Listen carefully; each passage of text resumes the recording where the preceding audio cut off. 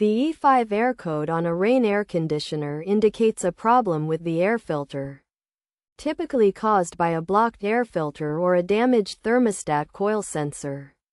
To resolve this issue, start by cleaning the filter. Switch off the air conditioner. Locate the filter at the back and inspect it for any blockages from dirt or debris. If present, gently clean the filter and reinstall it once cleaned.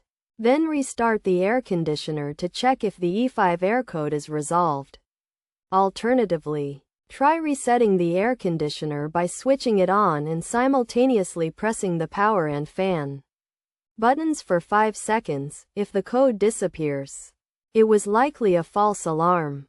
If these steps don't work, inspect the thermostat coil sensor by switching off the air conditioner, locating it from the lower plate, and checking for any clogging or damage.